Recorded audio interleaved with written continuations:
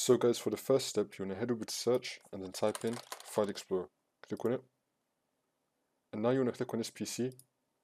And you want to find the drive where you have Windows installed on. So for me, it's my C drive. You're going to know because it's going to have the Windows logo right here. You could also click on it.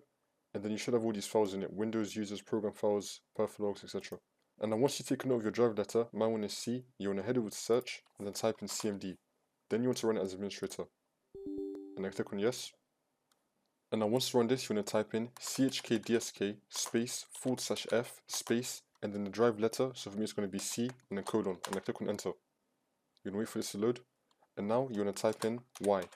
Click on enter, which means yes. And now you want to restart your computer, and then that's fixed the problem.